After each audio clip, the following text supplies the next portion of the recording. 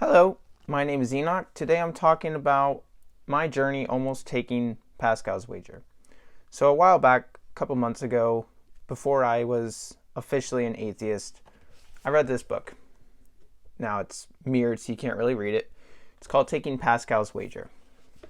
And in it, the author Michael Rhoda argues for taking Pascal's Wager if you think there's at least a 50% chance of Christianity being true. Now, at the time, I was around that certainty level of Christianity being true, about 50%. For those of you that don't know, Pascal's Wager is basically the proposition that if the Christian is correct and the atheist is wrong, the atheist has lost everything because he's going to hell. If the atheist is correct and the Christian is wrong, the Christian has lost nothing because when he dies, he's dead. And the good part for the Christian is he'll never know that he was wrong, which I think is a very big advantage. So, in my own opinion, I think it's almost better to be a Christian in some respects, if you truly sincerely believe it, because if you're right, then you've gained everything, and the best thing that could ever happen to someone has happened to you. You make it to paradise, and it's forever. And if you're wrong, then they'll never know that they were wrong. Because when you die, you're done. Now, this is assuming that no other religion or form of afterlife is correct. So, for example, if Islam is true and the Christian was wrong about that, then yeah, they're going to find out and they're going to end up in hell. And that would be really bad.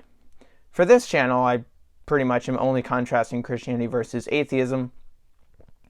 So, that's not to say nothing else could be true. Obviously it could. In my mind, that's just where I'm at right now, struggling between.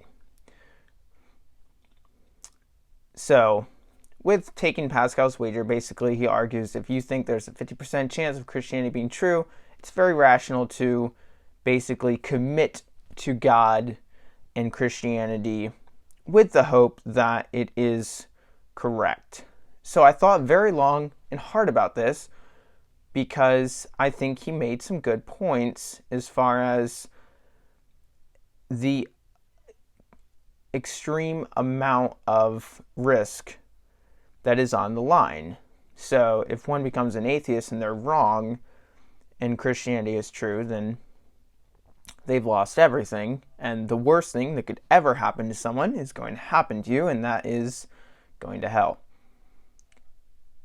But here was my biggest problem with Pascal's Wager. So I thought to myself, even if I took the wager, which at the time I was probably close to giving Christianity about a 50% chance of being true. Now I wouldn't even give it that. I'm not sure what percentage I would put on it, but I don't think it's likely. It certainly is possible in my mind, but not likely. But I thought about taking Pascal's Wager, and I thought, here's my biggest problem.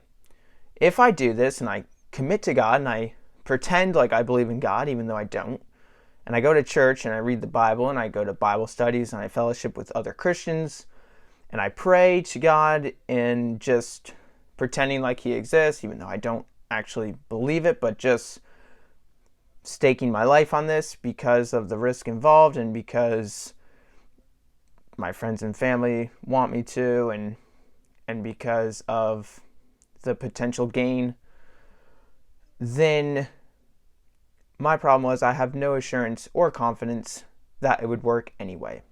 So according to the Bible, he who comes to God must believe that he exists and that he's a rewarder of those who diligently seek him, according to Hebrews. And I'm like, I don't know that it would work even if I did that, even if I dedicated my life to God, just hoping that Christianity is true and taking the wager because, well, it's not worth taking the risk.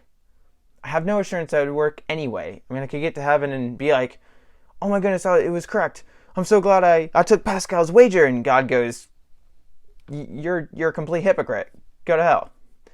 So that was my problem with Pascal's Wager, because I almost was convinced to take it from what I read in this book.